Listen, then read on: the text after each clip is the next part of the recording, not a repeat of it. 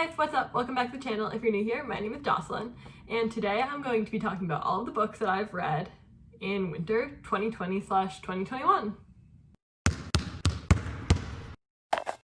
I've read 8 books over the past few months that we're going to be talking about today, and most of them I really liked. I'm a notoriously high Goodreads rater, so you're going to find lots of 4 and 5-star reviews in the mix here today. Let's dive right into it. I'm going to start with the books I read longest ago and go on to the most recent books. So dialing it all the way back to earlier this year, I read The Silver Star by Jeanette Walls. Now, Jeanette Walls is the author of The Glass Castle, which is her most famous book, probably, I would say. And I love The Glass Castle, so when I saw this book at the Book Barn when I was going shopping, it's like a used book sale thing, I was super excited. I picked it up right away. I really enjoyed it. I ended up giving this book 4 stars. It was about these 2 girls who basically have a really dysfunctional family, and their mom is kind of not there for them, so they end up just getting on a bus and going to visit their recluse uncle, who they've never really met before.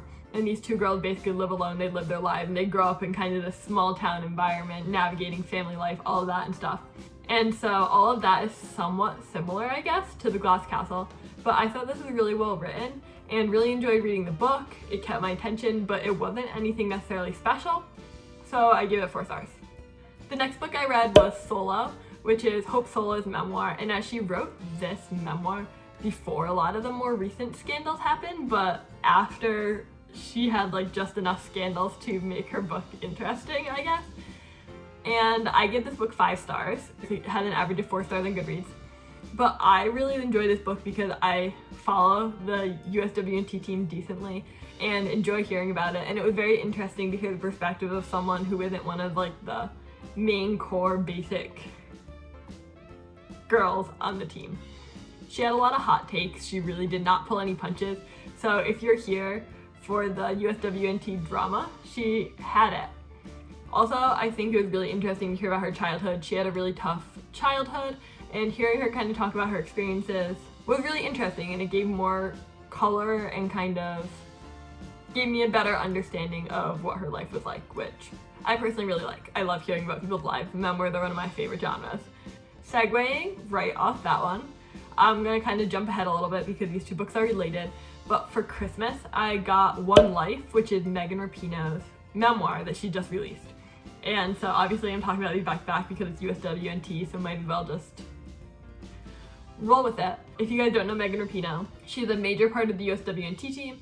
She was the first openly gay women's soccer player on the national team, and I don't know if it was overall or not, but it like made news. And she was also one of the very first white people to kneel in 2016 in solidarity with Colin Kaepernick's protests. I loved reading this book, slightly for different reasons than the Hope Solo book. I think the Hope Solo book was a lot heavier on the tea, whereas the Megan Rapinoe book was a lot more inspiring, and it was super interesting to hear her talk about different political issues and really just bring awareness to so many different situations in the LGBTQ community and also in racial issues.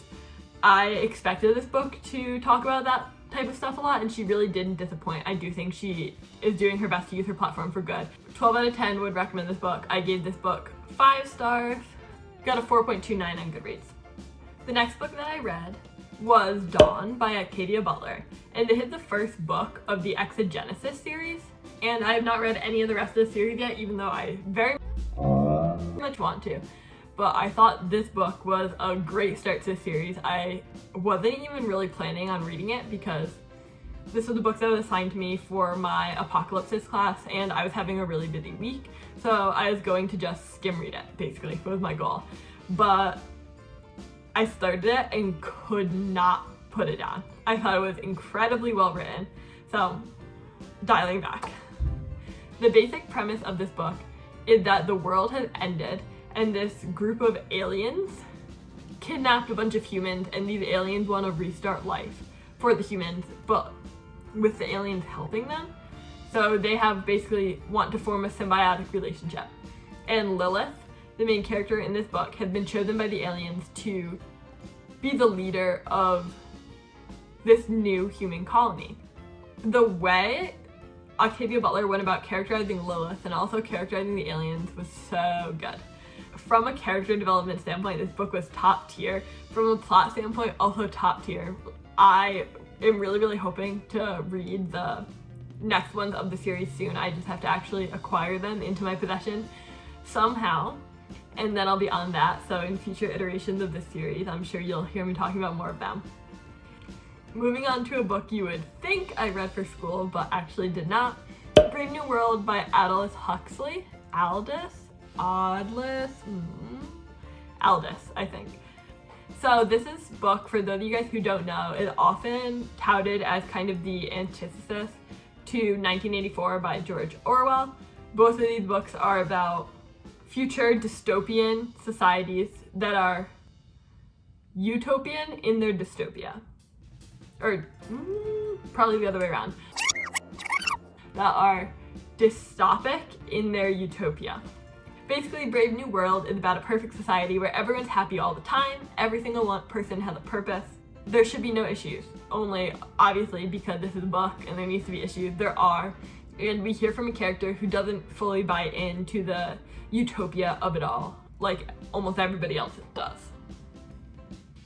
I really like this book. In the beginning, it took me the first couple of chapters to really get into, just because I think it's been a long time since I've read any books that are like old-timey good writing, because a lot of the books that I read recently are either memoir or fantasy, which have very different styles than books that are written to be fancy.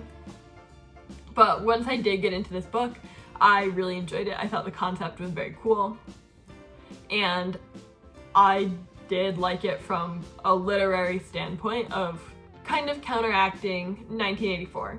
If they had the book that gets assigned to you for school, I would not be complaining about it, because it's definitely a good read, definitely way better than 1984 ever was.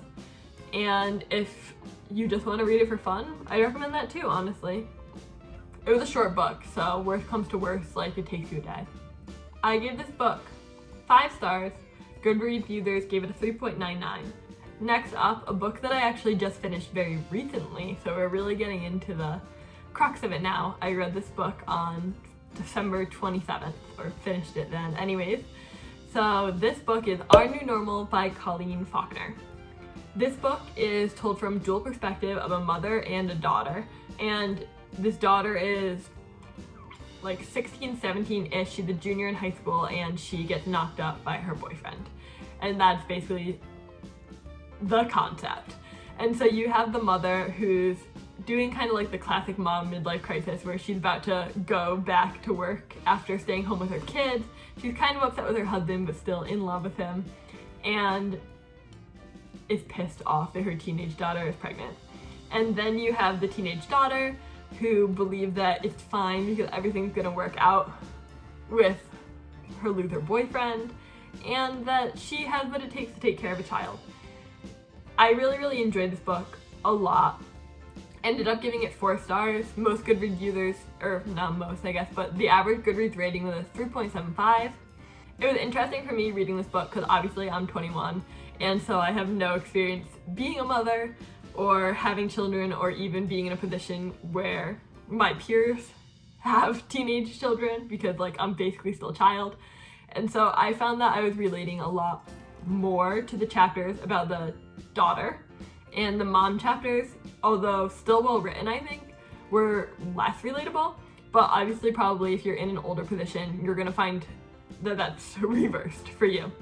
The reason I did give this book 4 stars instead of 3 was because although the plot I don't think was like extremely original, I think the voices between the two characters were very unique and felt very vivid. One of the problems a lot of authors fall into, at least for me, when they try and write dual perspective, is that they're writing one voice with 2 different names, and I hate that. Like, if you can only manage to write one distinct character voice as your narrator, only write one character, because it just doesn't work. It takes you out of the novel completely when you have 2 completely different characters thinking all the same ways. But Colleen Faulkner really nailed 2 completely unique voices, and honestly I think nailed the mom vibe and the child vibe very well.